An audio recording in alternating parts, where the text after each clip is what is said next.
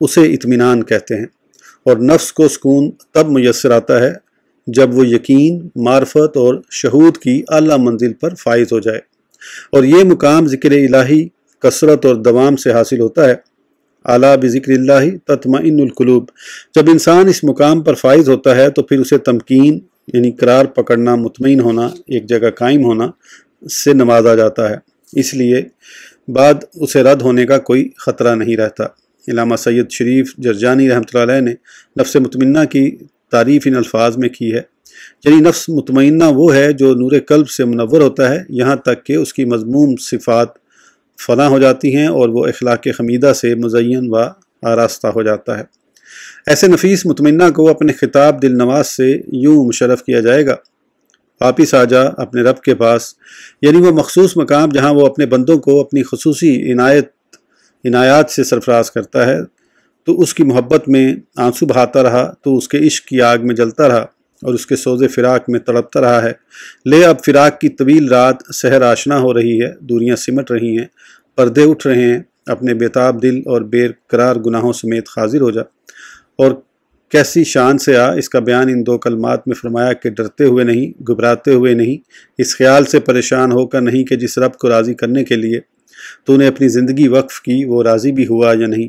ان خدشات کو، ان وسوسوں کو دل سے نکال کر باہر پھینک دو۔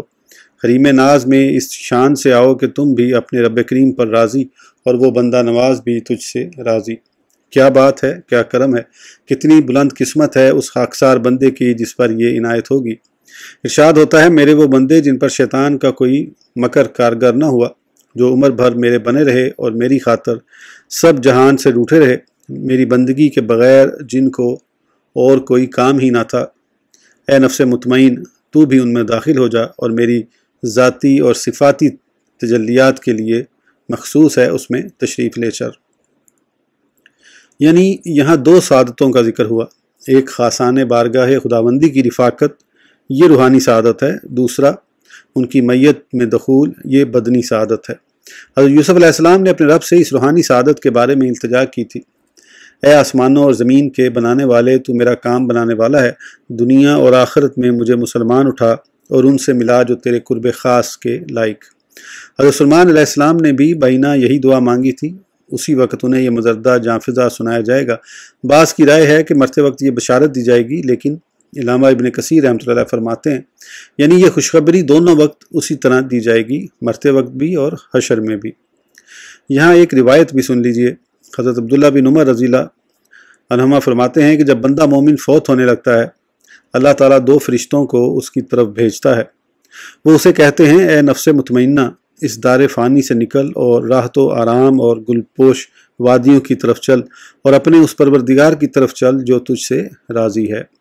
حضرت ابن عباس رضی اللہ عنہ سے مروی ہے کہ جب یہ آیت نازل ہوئی تو حضرت صدیق اکبر رضی اللہ عنہ بارگاہ رسالت میں حاضر تھے، عرض کرنے لگے: یا رسول اللہ، ما احسن ھذا، اے اللہ کے رسول صلی اللہ علیہ وسلم، یہ کتنی ہی اچھی بات ہے۔ حضور نے فرمایا: اے ابو بکر، جب تم اس دنیا سے رخصت ہوگے تو تمہیں بھی یہ بشارت دی جائے گی۔ علامہ ابن کثیر رحمۃ اللہ علیہ نے حافظ ابن عساکر کے حوالے سے یہ حدیث نقل کی ہے کہ نبی کریم صلی اللہ علیہ وسلم نے ایک شخص کو یہ دعا مانگنے کی تلقین فرمائی: اللہم انی اسألک نفسا بکا مطمئنۃ تؤمن بلقائک وترضی بقضائک وتقنع بعطائک۔ اے اللہ تعالیٰ، میں تجھ سے نفس مطمئنہ کا سوال کرتا ہوں جو تیری ملاقات، جو تیری قضا پر راضی ہوا اور جو تیری عطا پر قانع ہو۔ اللہ کا سلام سن کر مومن جان کا ہدیہ پیش کرتا ہے۔ حضرت اسرائیل علیہ السلام جب مومن کی روح قبض کرنے کے لیے آتے ہیں تو اس کی کان میں یہ کہتے ہیں: السلام۔ اللہ تعالیٰ کا اسم گرامی ہے، وہ ان الفاظ میں اللہ تعالیٰ کا سلام اس مومن کو پہنچاتا ہے کہ السلام تجھے سلام کہتا ہے، اور اللہ تعالیٰ یہ فرماتا ہے کہ میری دعوت کو قبول کرو، میں تمہارا مشتاق ہوں۔ جنتیں اور جنتی روحیں بڑے اشتیاق اور بیتابی سے تمہارا انتظار کر رہی ہیں۔ مومن جب سلام و بشارت کو سنتا ہے تو کہتا ہے: میں بشارت دینے والے کو ہدیہ و نذرانہ پیش کرنا چاہتا ہوں، لیکن وہ مومن انسان یہ جانتا ہے کہ یہ فرشتہ ہے، فرشتوں کو کھانے پینے کی اشیاء کی ضرورت نہیں، مال متاع کی طرف ان کی نظر نہیں، اس لیے وہ مومن کہتا ہے کہ میں ہدیہ پیش کرنا چاہتا ہوں، لیکن میرے پاس سوائے میری روح کے کوئی اور ایسا ہدیہ نہیں۔ جو عزیز ہو یعنی تمہارے پاس ہدیہ پیش کرنے کے لائق بھی ہو، اس لیے اپنے ہدیے کے لیے میری روح کو ہی قبض کر لو۔ اللہ تعالیٰ مومن کو شیطان کے آخری مکر و فریب سے محفوظ رکھتا ہے۔ اس بات کو سمجھنے سے پہلے یہ سمجھا جائے کہ شیطان انسان کا ازلی دشمن ہے، پھر یہ کہ انسان کو بوقت موت شیطان کیسے دھوکہ دینے کی کوشش کرتا ہے۔ شیطان انسان کا دشمن ہے۔ اللہ تعالیٰ کا ارشاد گرامی ہے، ان شیطان لکم عدوا فاتخذوہ عدوا، یقیناً شیطان تمہارا دشمن ہے، تم بھی اسے اپنا دشمن سمجھا کرو۔ شیطان تمہاری خیر خواہی کے ہزار دعوے کرے، وہ تم سے دوستی کے عہد و پیمان کرتے ہوئے کتنی سخت قسمیں کھائے، لیکن وہ جھوٹا ہے، وہ تمہارا ازلی دشمن ہے۔ تمہاری وجہ سے جو چوٹ اس کو لگی ہے اس کی ٹیسیں کم نہیں ہوئیں، تم اس کی میٹھی میٹھی باتوں میں آ جاتے ہو۔ وہ تو ہر لمحہ ایسے موقع کی تلاش میں ہے کہ فرصت ملے تو تمہیں ایسی لڑکتی دے کہ تم اپنے بلند مقام سے منہ کے بل خاک مذلت پر پٹاخ سے آ گرو، اور وہ زور زور سے کہا لگائے اور تمہارا مذاق اڑائے۔ نادان نہ بنو، ایسے خطرناک دشمن سے ہمیشہ چوکنے رہو۔ جب وہ تمہارا دشمن ہے تو تم بھی اس کو اپنا دشمن سمجھو، تب ہی تم اس کے فریب سے بچ سکو گے۔ سب سے بڑا دھوکہ باز شیطان ہے، اس لیے بعض علماء نے لکھا ہے کہ اس سے پہلی آیت میں غرور سے مراد شیطان ہے۔ بے شک شیطان دھوکہ بازی کے فن میں بے نظیر ہے۔ وہ ہر شخص کو ایک قسم کے دام فریب میں پھانسنے کی کوشش نہیں کرتا، وہ ہر شخص کی نفسیات کو جانتا ہے، وہ انسان کے کمزور پہلوؤں سے خوب واقف ہے، اور ہر انسان پر اس کا حملہ اس کے کمزور پہلو سے ہوا کرتا ہے۔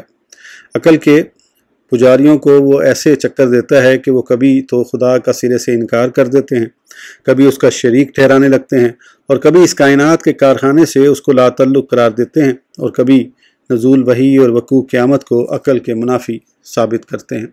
اور جو لوگ علم و عقل سے اتنی دلچسپی نہیں رکھتے، انہیں کبھی دولت کا لالچ دے کر، کبھی اقتدار کے سہانے خواب دکھا کر، کبھی شہرت دوام کے چکر میں اسیر کر کے ان سے ایسی خسیس صفاکانہ اور مروت سے گری ہوئی حرکتیں کراتا ہے کہ اسے دیکھنے والے بھلنا کر رہ جاتے ہیں۔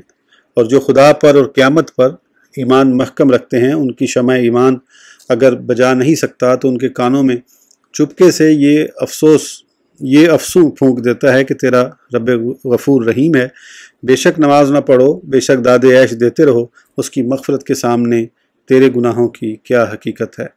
علامہ قرطبی رحمۃ اللہ علیہ لکھتے ہیں کہ اس جملے کی بہترین تشریح حضرت سعید بن جبیر رضی اللہ عنہ نے فرمائی، یعنی اللہ تعالیٰ کے ساتھ غرور کا مطلب یہ ہے کہ انسان دھڑا دھڑ گناہ کرتا رہے اور تمنا یہ کرے کہ اللہ تعالیٰ مجھے بخش دے گا۔ شیطان اپنی دھوکہ بازی کا آخری وار بھی مومن پر کرنے سے باز نہیں رہتا، بلکہ آخری پنجہ آزمائی کر کے منہ کی کھا کر ذلت سے لوٹتا ہے، کیونکہ مومن اس وقت اللہ تعالیٰ کے خصوصی فضل و کرم کی آغوش میں ہوتا ہے۔ موت کے وقت شیطان کا دھوکہ۔ انسان کی موت کا وقت جب قریب ہوتا ہے، انسان پر پیاس کا اتنی شدت سے غلبہ ہوتا ہے کہ انسان کی یہ خواہش ہوتی ہے اور کہتا ہے کہ کاش مجھے تمام دریاؤں کے پانی مل جائیں تو میں پی جاؤں۔ ایسے حال میں شیطان اپنے ہاتھ میں پانی کا پیالہ لے کر آ جاتا ہے اور کہتا ہے کہ یہ پانی کا پیالہ میں تجھے دیتا ہوں، صرف تو ایک لمحے کے لیے خدا کا منکر ہو جا۔ لیکن پختہ ایمان والا مومن اسے کہتا ہے کہ اے شیطان مردود، یہاں سے بھاگ جا، مجھے تیرے پانی کی ضرورت نہیں۔ شیطان یہ جھڑکی سنتے ہی بھاگ جاتا ہے۔ اللہ تعالیٰ کے فضل و کرم سے مومن پر کیا ہوا شیطان کا آخری وار بھی خطا ہو جاتا ہے۔ ایک بزرگ کا شیطان کے دھوکے سے محفوظ رہنے پر مطلع کرنا۔ حضرت ابو زکریا زاہد رحمۃ اللہ علیہ پر نزع کی حالت میں سکرات موت کے وقت ان کے ایک دوست نے آپ کے پاس آ کر آپ کو کلمہ طیبہ لا الہ الا اللہ محمد رسول اللہ صلی اللہ علیہ وسلم کی تلقین کی تو آپ نے منہ پھیر لیا۔ جب دوسری مرتبہ پھر تلقین کی تو آپ نے پھر منہ پھیر لیا۔ پھر جب تیسری مرتبہ تلقین کی تو آپ نے کہا میں نہیں کہتا۔ دوست کو یہ کلمہ شاک گزرا، اس ساری حالت پر وہ بہت پریشان تھا۔ وہ بزرگ تھوڑی دیر کے لیے ہوش میں آئے تو پوچھا کہ تم مجھے کوئی بات کہہ رہے تھے؟ حاضرین نے کہا ہم نے آپ پر 3 مرتبہ کلمہ شریف پیش کیا، لیکن آپ نے پہلے 2 مرتبہ منہ پھیر لیا اور تیسری مرتبہ کہا میں نہیں کہتا۔ آپ نے یہ سن کر فرمایا مجھے آپ کے کلمہ شریف پیش کرنے کے متعلق تو علم نہیں، البتہ منہ پھیرنے یا انکار کرنے کا واقعہ یہ ہے کہ میرے پاس شیطان آیا تھا اور پانی کا پیالہ لے کر میرے دائیں جانب آیا اور پانی کو حرکت دے کر مجھے کہنے لگا کیا تجھے پانی کی ضرورت ہے؟ میں نے کہا ہاں۔ اس نے کہا صرف اتنا کہہ کہ حضرت عیسیٰ علیہ السلام خدا کا بیٹا ہے تو میں تجھے پانی پلا دوں گا۔ تو میں نے اس سے منہ پھیر لیا۔ دوسری مرتبہ وہ میرے پاؤں کی طرف آ گیا اور کہنے لگا کہ پانی کی ضرورت ہے۔ میں نے کہا ہاں۔ اس نے پھر کہا صرف اتنا کہہ کہ حضرت عیسیٰ علیہ السلام خدا کا بیٹا ہے تو میں تمہیں پانی دے دوں گا۔ میں نے منہ پھیر لیا۔ پھر اس نے تیسری مرتبہ کہا صرف اتنا کہہ دو کہ خدا کوئی نہیں۔ میں نے اسے کہا میں نہیں کہتا۔ تو یہ سن کر اس نے پیالہ توڑ دیا اور پشت پھیر کر بھاگ گیا۔ یہ میرا منہ پھیرنا اور یہ کہنا کہ میں نہیں کہتا شیطان لعین سے تھا نہ کہ تم سے۔ پھر انہوں نے بلند آواز سے کلمہ شہادت پڑھا اور اپنی جان آفریں جان کا پیدا کرنے والے کے سپرد کر دی۔ حضرت ابراہیم علیہ السلام نے اللہ تعالیٰ کا پیغام سنتے ہی جان پیش کی۔ حضرت ابن عمر رضی اللہ عنہ سے روایت ہے کہ فرشتوں نے کہا اے اللہ تیرے بندے ابراہیم علیہ السلام کو موت سے بہت ڈر لگتا ہے۔ اللہ تعالیٰ نے فرمایا کہ ان سے کہہ دو کہ جب دوستوں کو ملے ہوئے زائد عرصہ ہو جاتا ہے تو ایک دوسرے کی ملاقات کے مشتاق ہو جاتے ہیں۔ حضرت ابراہیم علیہ السلام کو یہ اطلاع ملی تو آپ نے بارگاہ قدوس میں عرض کی کہ اللہ تعالیٰ میں تیری ملاقات کا مشتاق ہوں۔ اللہ تعالیٰ نے ان کے لیے ایک پھول بھیجا۔ آپ نے وہ سونگا اور سونگتے ہی روح قبض ہو گئی۔ حضرت ادریس علیہ السلام اور ملک الموت۔ حضرت ابن عباس رضی اللہ عنہ سے روایت کی کہ ایک فرشتے نے اجازت چاہی کہ وہ ادریس علیہ السلام کے پاس جائے، چنانچہ وہ ان کی خدمت میں حاضر ہوا اور سلام کیا۔ حضرت ادریس علیہ السلام نے اسے دریافت کیا کہ آپ کا ملک الموت سے بھی کوئی تعلق ہے؟ اس نے کہا جی ہاں، وہ میرے بھائی ہیں کیونکہ ہم دونوں فرشتے ہیں۔ ادریس علیہ السلام نے پوچھا کیا مجھے ان سے کوئی فائدہ پہنچوا سکتے ہو؟ فرشتے نے کہا کہ اگر آپ چاہیں کہ موت آگے پیچھے ہو جائے تو یہ ممکن نہیں ہے، البتہ میں ان سے کہوں گا کہ موت کے وقت آپ پر نرمی کریں۔ چنانچہ فرشتے نے ادریس علیہ السلام کو اپنے بازوؤں میں بٹھایا اور آسمان پر پہنچا۔ یہاں ملک الموت سے ملاقات ہوئی۔ فرشتے نے کہا مجھے آپ سے کام ہے۔ ملک الموت نے کہا مجھے آپ کا مقصد معلوم ہے۔ اب ان کی زندگی کا آدھا لمحہ باقی رہ گیا ہے، چنانچہ ادریس علیہ السلام فرشتے کے بازوؤں میں انتقال کر گئے۔ اسرائیل علیہ السلام حضرت داؤد علیہ السلام کے پاس۔ حضرت ابو ہریرہ رضی اللہ عنہ سے روایت ہے کہ رسول اللہ نے فرمایا کہ داؤد علیہ السلام بہت ہی غیرت مند انسان تھے۔ جب آپ گھر سے نکلتے تو دروازوں کو تالے لگا دیتے تاکہ کوئی گھر نہ جائے۔ ایک دن واپس تشریف لائے تو دیکھا کہ گھر میں ایک شخص کھڑا ہے۔ آپ نے پوچھا تم کون ہو؟ اس نے کہا میں وہ ہوں جو بادشاہوں سے نہیں ڈرتا، کوئی میرے لیے حجاب نہیں۔ داؤد علیہ السلام نے کہا بخدا قسم ہے خدا کی، تم تو ملک الموت موت دینے والا فرشتہ معلوم ہوتے ہو، میں تمہیں خوش آمدید کہتا ہوں۔ آپ نے کمبل اوڑھا اور آپ کی روح قبض ہو گئی۔ بوقت موت نیک و بد کی علامات۔ موت کے وقت بعض ایسی علامات پائی جاتی ہیں جن سے انسان کا پتہ چلتا ہے یہ نیک ہے یا بد۔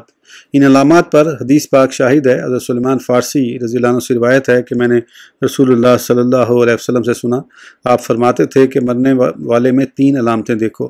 اگر اس کی پیشانی پر پسینہ آئے، آنکھوں میں آنسو آئیں اور نتنے پھیل جائیں تو یہ اللہ کی رحمت ہے، اور اگر وہ اس طرح آواز نکالے جس طرح نوجوان اونٹ جس کا گلا گھونٹا گیا ہو، رنگ پھیکا پڑ جائے اور جاگ ڈالنے لگ جائے تو یہ اللہ کے عذاب نازل ہونے کی علامات ہیں۔ علامات کی وضاحت۔ موت کے وقت مومن کی پیشانی پر پسینہ آنے کی ایک وجہ یہ ہے کہ مومن کو باوجہ شدت موت کے پسینہ آ جاتا ہے جو اس کی پیشانی پر نمودار ہوتا ہے۔ اس کی وجہ سے اسے گناہوں سے آزادی ملتی ہے اور اس کے مدارج بلند ہوتے ہیں۔ دوسری وجہ یہ ہے کہ پسینہ آنے سے اس طرف اشارہ ہوتا ہے کہ اس شخص نے دنیا میں مشقت برداشت کر کے پسینہ پسینہ ہو کر رزق حلال حاصل کیا اور اپنے نفس کو تنگی میں ڈال کر پسینہ پسینہ ہو کر نمازیں ادا کیں اور روزے رکھے۔ یہی کام اللہ کو پسند ہیں اور اس کی مقبولیت کی علامات ہیں جن سے واضح ہو رہا ہے کہ یہ شخص اللہ تعالیٰ کے حضور نیک اعمال لے کر جا رہا ہے۔ آنکھوں میں آنسو آنا اس پر دلیل ہے کہ یہ شخص جب دنیا میں عبادات کرتا تھا تو اللہ تعالیٰ کی یاد میں اس کے آنسو بہتے تھے۔ خیال رہے کہ آدم علیہ السلام توبہ کی قبولیت سے پہلے اتنا زیادہ روئے کہ اس کی مثال دنیا میں نہیں ملتی۔ تفسیر عزیزی میں ہے کہ حضرت جبرائیل علیہ السلام کو بھی ان پر رونا آ گیا اور انہوں نے بھی بارگاہ الہی میں آدم علیہ السلام کی سفارش اور شفاعت کی۔ تب رحمت الہی نے ان کی دستگیری کی اور ان کو رحمت للعالمین صلی اللہ علیہ وسلم کا نام یاد دلایا اور اس نام گرامی کے طفیل توبہ قبول فرمائی۔ 5 آدمی بہت روئے ہیں۔ ایک تو حضرت آدم علیہ السلام ہے جن کا ذکر کیا جا چکا ہے۔ دوسرے حضرت یعقوب علیہ السلام جو یوسف علیہ السلام کے فراق میں بہت زیادہ روئے یہاں تک کہ آپ کی بینائی بھی چلی گئی۔ تیسرے حضرت یحییٰ علیہ السلام خوف الہی سے بہت زیادہ روئے۔